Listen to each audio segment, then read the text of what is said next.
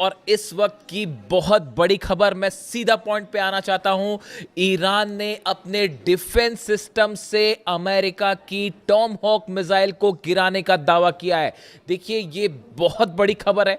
जो लोग defence industry से जुड़े हैं, जो इस बात का मतलब समझते हैं कि अगर अमेरिका की टॉम हॉक मिसाइल तबाह करता है ईरान, तो ये ईरान की इस जंग की सबसे बड़ी कामयाबी में से एक है।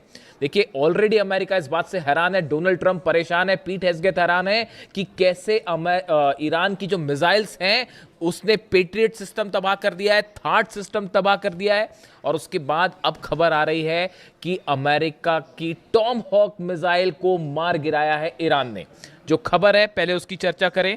The Islamic Revolutionary Guard Corps claims its air defence unit intercepted and destroyed a US made Tomahawk cruise missile over Khanuj in Iran Kerman province before it could reach its target.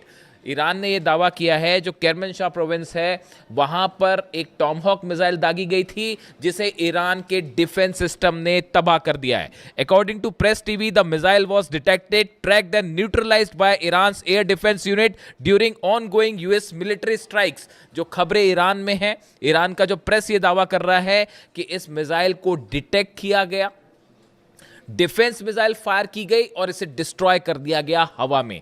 देखिए, Tom hoc वो missile है जो America की सबसे deadly cruise missile मानी जाती है। और जब इस तरह की खबरें आ रही थी कि यूक्रेन में टॉम हॉक मिसाइल तैनात होने वाली हैं, तो पुतिन ने जो है वो हाहाकार मचा दिया था कि अगर यहां पर आई तो मैं हमला कर दूंगा सीधा यूरोप पे। यहां तक धमकी दे दी थी उन्होंने। अब ऐसे में आप देखिए, ईरान का ये दावा है टॉम हॉक मिसाइल गिराने का। आप एक बार, अगर टॉम हॉक मिसाइल इतना अहम क्यों है ये पूरा मामला, अगर आप टॉम हॉक मिसाइल्स की जो फीचर्स हैं उस पर डिस्कशन करें। एक तो ये अपने साथ करीब 500 किलो तक का वॉरहेड लेके जा सकती है, यानी 500 किलो तक का बॉम्ब अपने साथ लेके जो है वो ट्रैवल कर सकती है। इसकी स्पीड करीब 900 किलोमीटर प्रति घंटा है, इसकी रफ्तार है। ये बेहद कम ऊंचाई पर उड़ती है, क्रूज मिसाइल है, यानी महज कुछ मीटर ऊपर जमीन पर उड़ती है। इसकी वजह से इसे डिटेक्ट करना, डिस्ट्रॉय करना बेहद मुश्किल होता है। इसीलिए इसे डिटेक्ट करना बहुत बड़ा चैलेंज है। और टॉम हॉक मिसाइल्स के डिटेक्ट करने के बहुत ही कम एग्जांपल्स मिलेंगे अगर आप उसको सर्च भी करेंगे तो। इसमें नेविगेशन सिस्टम है, जीपीएस है, टेरेन मैपिंग है, डिजिटल मैप है, मैचिंग, ये सब जो टेक्नोलॉजीज हैं, terrain counting, matching, telecom technologies, ये इसको बेहद आधुनिक बनाती है। ये अपना रास्ता बदल सकती है, अपने टारगेट को खोज के हिट कर लेगी। यानी देखिए, ये ऐसी चीज़ है टॉमहॉक मिसाइल जो सबसे एडवांस मिसाइल्स में से एक है। अमेरिका की खास तौर पर जब शॉर्ट डिस्टेंस टारगेट की बात होती है, हम अभी आईसीबीएम की बात नहीं कर रहे या बैलिस्टिक मिसाइल्स की बात नहीं कर रहे हैं, ये जो शॉर्ट रेंज मिसाइल्स है जो कम डिस्टेंस से फायर की जाती है, इसमें बहुत ही ज़्यादा ये सटीक मानी जाती है। अब देखिए, ऐसे हालात में एक तो इसको बनाने में बहुत वक्त लगता है, करीब 2 साल लग जाते हैं एक मिसाइल बनाने में, और 34 करोड़ के करीब इसका खर्चा आता है, जो इसकी जो जानकारियाँ हैं। अब देखिए, इस पे जो है, इसको डिटेक्ट करने का मतलब ये है कि ईरान के पास, देखिए, ईरान ने दरअसल पिछले, अगर आप 7 दिन की बात करें हमलों की, देखिए कभी भी कोई भी खबर को जब आप एनालाइज करते हैं तो 2 तरीके से, 2 स्तर पर होती है।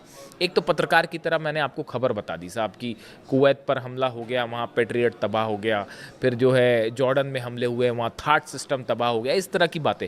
एक होती है आप उसको एक्सपर्ट्स के साथ चर्चा करते हैं, उसको समझने की कोशिश करते हैं कि इसके क्या मायने हैं, यानी आप उसका एनालिसिस करते हैं। देखिए, आज एक, मैं सुबह अपना वीडियो जो मैंने डाला, सुबह वीडियो, सीरैम सिस्टम जो है अमेरिका का, वो तबाह किया गया। सीरैम सिस्टम जो कि ड्रोन्स को डिटेक्ट करने में काम आता है, लेज़र की इसमें तकनीक होती है, इस्तेमाल किया जाता है, उसको तबाह किया, ऐसा दावे ईरान के हैं। उसमें बड़े सारे कमेंट आए कि आप जो है ये नहीं बताते हो कि ईरान में कितनी तबाही हुई, आप अमेरिका की तबाही ज़्यादा क्यों बताते हो। मैं इसका एक जवाब देना चाहता हूँ। देखिए, आप अगर मीडिया को देखेंगे तो आपको बड़ी आसानी से ये डिटेल्स मिल जाएंगे कि ईरान में कहाँ हमला हुआ है, ईरान में क्या तबाह हुआ है, ये बताने वाले आपके पास बहुत सारे सोर्स हैं। लेकिन अमेरिका में कितना नुकसान हुआ है, इजराइल में, ये बताना एक तो बड़ा चैलेंजिंग काम है। देखिए, ये दावे करना बहुत ही, इसमें आपको मेहनत लगेगी, रिसर्च लगेगी, आपके सोर्सेज मजबूत होने चाहिए, तभी आप ये काम कर सकते हैं। इसीलिए हम एक कोशिश करते हैं कि आप तक वो खबर पहुंचाएं जो साधारण इजीली आप तक नहीं पहुंच पा रही है। दूसरी चीज़ ये है कि ईरान के जो हमले होते हैं अमेरिकन बेसिस पे या इजराइल में या मिडिल ईस्ट में, यहाँ से खबरें निकालना बड़ा मुश्किल हो जाता है, क्योंकि मीडिया कवरेज पर बैन लग जाती है इन देशों में कि आप जो है वो मीडिया कवर नहीं कर सकते। आप चाहे सऊदी अरब की बात कर लें, चाहे आप यूएई की बात कर लें, सब जगह निर्देश हो जाता है कि भाई इसको कवर मत करिए। इसी तरह का हाल जो है वो कुवैत में भी है, इजराइल से तस्वीरें बाहर आती नहीं है। तो इन हालात में यहाँ से खबरें निकालना बड़ा मुश्किल होता है, लेकिन उसके बावजूद हम ये कोशिश करते हैं। इसीलिए ज़्यादा खबरें ये होती हैं कि ईरान ने कितना नुकसान पहुंचाया, बात नंबर 1। बात नंबर 2, कई बार आप सिर्फ खबर ही नहीं बताते हो, आपको स्टैंड भी लेना पड़ता है कि क्या चीज़ सच है, क्या चीज़ सही है, क्या चीज़ गलत है। अगर 168 बच्चियों पर टॉमहॉक मिसाइल से हमला होगा तो उसकी आलोचना भी होगी। वो मैं सिर्फ खबर ही नहीं दूंगा, उसकी आलोचना भी करूंगा, और जितनी हो सकती है उतनी करूंगा, क्योंकि आप सिर्फ हर बार सिर्फ एक खबर देने तक सीमित नहीं रह सकते। आपको ये भी बताना होगा कि क्या चीज़ सही हो रही है। अगर बच्चे मर रहे हैं फिलिस्तीन में तो उसको बोला जाएगा ये जेनोसाइड है साहब। अगर छोटे छोटे बच्चे मर रहे हैं, 30,000 बच्चों को अगर फिलिस्तीन में भूखा मार दिया जाए तो वो सिर्फ खबर बताने तक कम से कम मैं तो सीमित नहीं रहूंगा, मैं ये भी बताऊंगा कि ये जेनोसाइड है और इसकी आलोचना की जानी चाहिए। ठीक है, तो ये भी बात होती है। दूसरा, आप जब खबरें निकालते हैं वो आपको पता ही है, देखिए मैं इस बारे में कुछ नहीं कहना चाहता, ये इस वॉर के दौरान की करीब 20 से 25 खबरें ऐसी हैं जो हमने प्रिडिक्ट की और वो बिल्कुल सही हुई। जिस दिन अली खामेनी साहब पर अटैक हुआ था, इस तरह की चर्चाएं शुरू हो गई थी कि बस अब तो हार गया ईरान, अब तो हार गया ईरान। हिंदुस्तान में शायद इकलौता हमारा पॉडकास्ट है जिसमें हमने ये कहा था कि आप जंग करके देख लीजिए, ईरान कभी नहीं हारेगा। 5 महीने बाद आप कहाँ खड़े हैं देख लीजिए। हकीकत जानना चाह रहे हैं आप, थर्ड सिस्टम के ऊपर मिसाइल गिरी है, चेक कर लीजिए जाके। तस्वीरें आएंगी बाहर जब आएंगी सैटेलाइट से, ये मैं दावा कर रहा हूं आपको।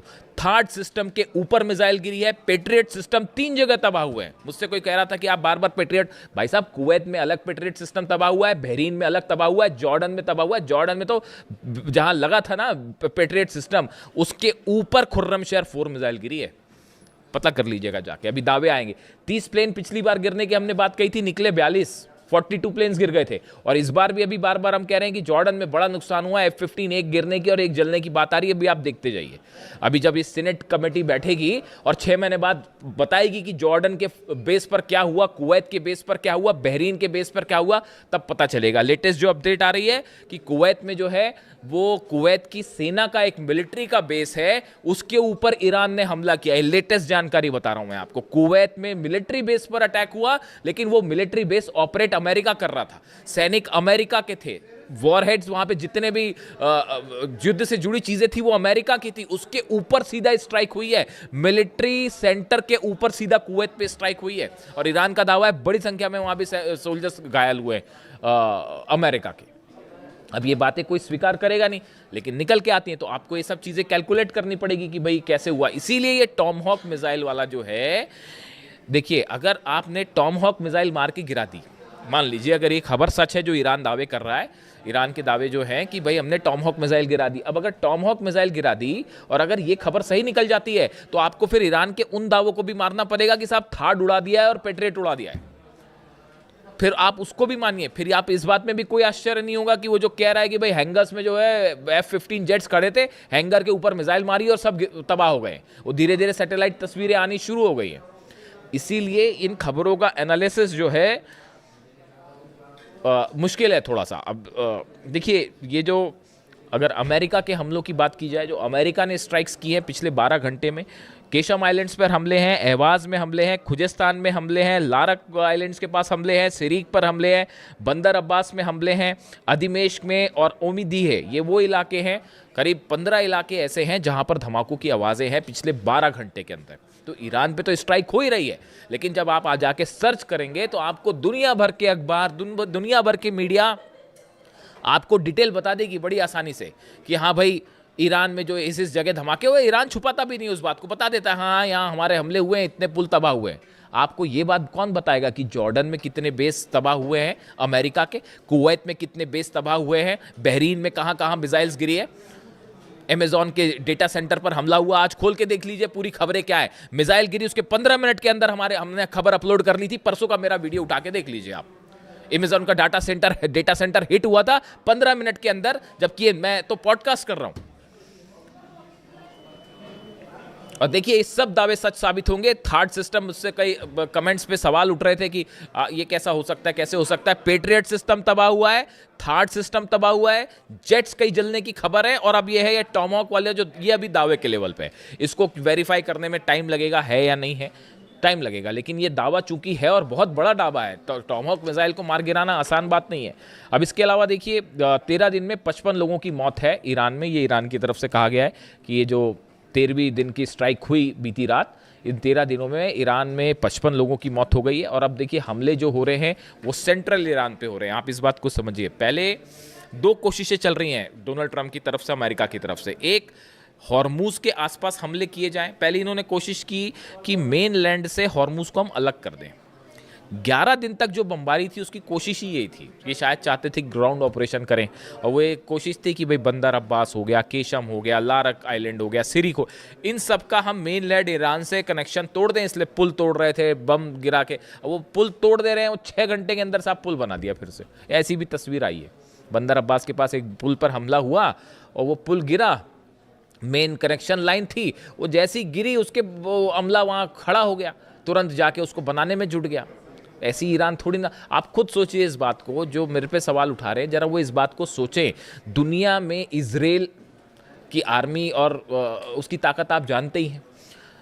अमेरिका के पास आप हथियार देख लीजिए, अरब देशों, इन सब से एक देश मुल्क लड़ाई कर रहा है पिछले 5 महीने से। और आप क्या कर पाए? आप क्या ईरान में कब्जा कर पाए, कदम रख पाए? डर रहे हैं अभी भी डर है साहब कि अगर वहाँ कदम रखेंगे तो पता नहीं क्या होगा। इसी वजह से ऑपरेशन नहीं हुआ। वो एयर स्ट्राइक्स होती रही, लेकिन ये जो ग्राउंड ऑपरेशन वाला प्लान है फिर कैंसिल हो गया। ये कोशिश कर रहे थे केशम आइलैंड पे और या फिर अबू मूसा आइलैंड पे या ऐसे किसी आइलैंड पर कब्जा करने की, लेकिन वो हो नहीं पा रहा है। क्यों? डर रहे साहब हमला कर। वो तो जो छोड़ी है, वो तो ऐसा ठोक रहे हैं। हॉर्मूज में एक जहाज़ गिरने की तस्वीर देखी आपने? वो हॉर्मूज में अभी जब कंफर्म हो जाएगा तो मैं बताऊंगा क्या। अभी ये कंफर्म नहीं है कि कौन सा जेट गिरा है। अमेरिका का एक जेट हिट किया गया है हॉर्मूज के आसमान में, उसके गिरते हुए और आग लगती हुई तस्वीरें हैं। अब वो कौन सा है, वो इनका वो महंगा वाला ड्रोन, क्या नाम है उसका, वो ड्रोन है या कोई F-15 तो नहीं हिट हो गया? इस तरह की भी खबरें हैं। अब अभी वो सच्चाई जब होगी तब सामने आएगी। MQ-9 रिपर ड्रोन तो ऐसे गिर रहे हैं जैसे बच्चे मार के गिरा देते हैं, पतंगों को गिरा देते हैं, खींच के काट देते हैं, वैसे रिपर ड्रोन्स गिर रहे हैं। पता नहीं कितने अरब का है वो। तो अब वो रिपर ड्रोन गिरा है या फिर F-35 F-15 जो है वो फिर से डाउन हो गया है हॉर्मूज में। उसकी तस्वीरें हैं, अब देखना पड़ेगा उसमें सच्चाई क्या है। और वो लाल सागर के आसपास जो है, अलग से वीडियो कर दूंगा मैं, वो लाल सागर के आसपास ईरान ने अपनी बैलिस्टिक मिसाइल तैनात कर दी है। वहाँ सिर्फ हूती का खेल नहीं है वहाँ पे। तो बड़ी सीधी सी बात है, हूती मतलब पीछे रूस बैक कर रहा है, ईरान बैक कर रहा है हूतीस को। और 2 अरब के 2 जहाज़ ठोकने का मतलब है अभी क्यों नहीं हुआ हमला? अब तक कर देते हमला, सऊदी अरब हमला कर देता। और ईरान ने अपनी मिसाइल्स लगा रखी हैं वहाँ पे कि यमन पर हमला करोगे तो ये लो नतीजा। अब ये डोनाल्ड ट्रंप जो कह रहे हैं, जो नया बयान आया है कि बड़ा ही मतलब मैसिव अटैक करने वाले हैं और ईरान पर ऐसा हमला होगा कि बिल्कुल तबाही मच जाएगी। ईरान ने भी उसकी तैयारी कर ली कि आप पिकेक्स माउंटेन पर देखिए। कहानी क्या है जो मेरे को समझ में आई अब तक बात, ये जंग बहुत ज़्यादा तो नहीं खींच सकते डोनाल्ड ट्रंप, ये बात तो तय है। बड़ा नुकसान हो रहा है अमेरिका को, ईरान से कई गुना ज़्यादा नुकसान हो रहा है अमेरिका को, समझ रहे हो आप? तो ये ज़्यादा दिन जंग खींचेंगे नहीं, मुझे ये लगता है। पता नहीं, अभी मैं समझ पा रहा हूँ जितना कि डोनाल्ड ट्रंप का प्लान ये है।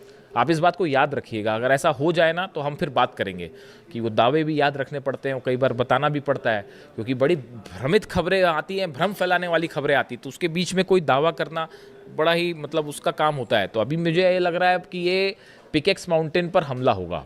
ईरान के जो बचे हुए न्यूक्लियर ठिकाने हैं, हो सकता है पिकेक्स माउंटेन पे भी बंकर बस्टर बम से हमला हो सकता है। 2 बेस हैं ब्रिटेन के जहां हलचल हो रही है, B-1 B-2 बॉम्बर्स की डिएगो गार्सिया में भी हलचल हो रही है, उस पर भी अलग से बात करेंगे। और रॉयल एयरफोर्स का जो दूसरा बेस है वहाँ पर भी जो है B-1 बॉम्बर्स वहाँ से टेक ऑफ कर रहे हैं। इस तरह की खबरें आ रही हैं। अब इस सूरत में bunker buster bumps GBU-72 bumps तैयार है। तो ऐसा लगता है कि अमेरिका पिकेक्स माउंटेन पर हमला करेगा और हमला करने के बाद वही बात कही जाएगी कि जैसे इन्होंने नतांज फोर्दो और इस्फहान के लिए कहा कि वी हैव ऑब्लिटरेटेड देम, मतलब हमने ईरान का एकमात्र परमाणु अड्डा बचा था पिकेक्स माउंटेन के नीचे, हमने उसको भी तबाह कर दिया और अब हम यहाँ से जा रहे हैं वापस। ये प्लान है साहब अमेरिका का। Plan number 1।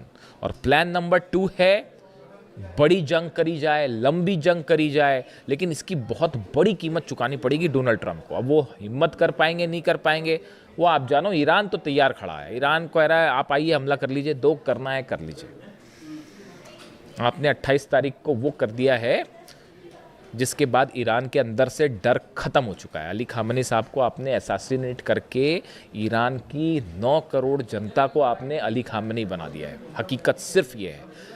आप ईरान के लोगों के मेरे वीडियो में कमेंट्स आते हैं, जब इंटरनेट खुलता है वहाँ इलाकों में, तो वो वहाँ भी बड़ी अच्छा, ये मैं बड़ा शुक्रगुजार हूँ इस बात के लिए। मेरे पास ईरान से कमेंट आते हैं, I am so thankful for them. वो वहाँ पे ईरान में वीडियो देख रहे हैं, जो हिंदी जानते होंगे वो देख रहे हैं। एक भाई साहब का एक दिन कमेंट आया, वो तो बहुत ही बड़ी बात थी कि हम जो है वो तेहरान में आपका वीडियो देखते हैं और जो लोग फारसी जानते हैं उनको उसका अर्थ समझाते हैं। ये तो बहुत ही बड़ा कॉम्प्लीमेंट था, बहुत ही बड़ी बात है। तो खैर, तो अब हालात ये है कि डोनाल्ड ट्रंप पिकेक्स माउंटेन पर हमला करने की तैयारी में, और ऐसी भी खबरें आ गई हैं कि ईरान की तरफ से बड़ी वार्निंग दे दी गई है कि अगर हमारे पिकेक्स माउंटेन पर हमला हुआ, जाग्रोस पर हमला हुआ, तो बाकी तो पता नहीं तेल अवीव नहीं बचेगा। तेल अवीव पे हम सीधा हमला करेंगे। वो ईरान ने अपनी प्लानिंग कर रखी है, और मैं आपको बताऊंगा कैसे नेटो के बेसिस पर हमला होने वाला है, यूरोप कैसे खतरे की जद में है, और कैसे जो है वो तेल अवीव से सीधा इजराइल पर हमला कर देगा ईरान, अगर पिकेक्स माउंटेन पर न्यूक्लियर सेंटर्स पर हमले होते हैं तो। लेकिन इस बीच बड़ा डेवलपमेंट ये है साहब कि अब्बास अराक्ची साहब की लावरोव से मुलाकात हुई है, रूस के विदेश मंत्री से, और चीन के विदेश मंत्री वांग यी से मुलाकात हुई है। एससीओ समिट हो रही है उसमें, और उसमें काफ़ी सारे डेवलपमेंट हैं। देखिए, बड़ी चीज़ें होती हैं जब आप डिप्लोमेसी की बात करते हैं। देखिए, जितनी लंबी जंग उतनी बड़ी ईरान की जीत, हकीकत यही है। तो अब ये रूस का क्या कहना है, चीन का क्या कहना है, ये सब चीज़ें तय करेंगी कि आगे क्या होने वाला है। लेकिन फिलहाल जहाँ से बात शुरू की थी कि अगर वाकई ईरान ने टॉमहॉक मिसाइल गिरा दी है, तो ये तो ईरान ने वाकई गजब कर दिया है। वीडियो कैसा लगा कमेंट करके ज़रूर बताएं। Thank you so much.